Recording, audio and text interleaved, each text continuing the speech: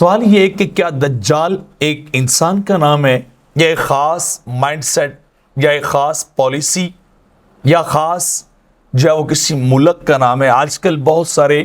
جدید جو ہے وہ مفکرین، بلکہ میڈیائی مفکرین کہہ لینا چاہیے، مبلغین، جو نئی نئی درفتنیاں جو ہیں وہ ان چیزوں کے بارے میں چھوڑتے رہتے ہیں کہ نہیں وہ دجال سے مراد جو ہے وہ امریکہ ہے، کبھی اسرائیل کہتے ہیں، کبھی اس طرح کسی اور چیز کی طرف جو ہے وہ اشارہ کر دیتے ہیں کہ نہیں دجال سے مراد یہ ہے۔ تو اس کا جواب یہ ہے کہ دجال ایک انسان ہوگا، ایک پرسن کا نام ہے، کسی خاص مینٹیلٹی، مائنڈ سیٹ یا کسی خاص ملک یا پالیسی کا نام نہیں ہے، بلکہ وہ ایک انسان ہی ہوگا، جیسا کہ اس کے بارے میں وضاحت حدیث سے جو ہے وہ ثابت ہوتی ہے۔ فاطمہ بنت قیس کے بارے میں، ان الجساسہ قالوا وما الجساسہ قالت یا ای القوم انطلقوا الی ھذا الرجل فی الدیر۔ حضرت تمیم داری رضی اللہ تعالیٰ عنہ کی روایت میں کہ ہمیں ایک جاسوس ملا تھا،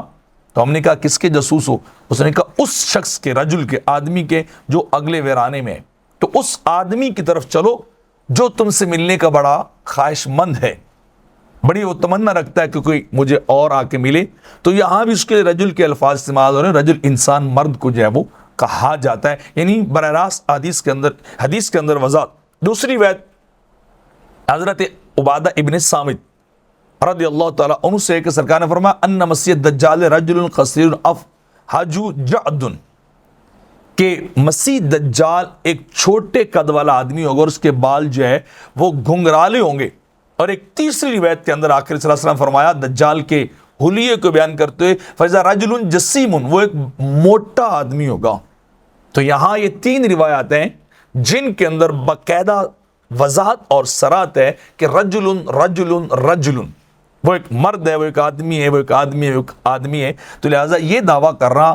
آج کل نئے طور طریقوں سے کہ یہ جناب اس سے مراد کوئی کنٹری ہے، اس سے مراد جو ہے وہ خاص ایک مائنڈ سیٹ ہے، اس سے مراد کوئی ایک تحریک ہے، یعنی ایک خاص فرد، خاص آدمی، پرسن مراد نہیں ہے، تو یہ بات غلط ہے۔ دجال ایک آدمی ہی ہوگا، اگرچہ اس کا حلیہ، اس کے اوصاف جو ہے وہ عام آدمیوں سے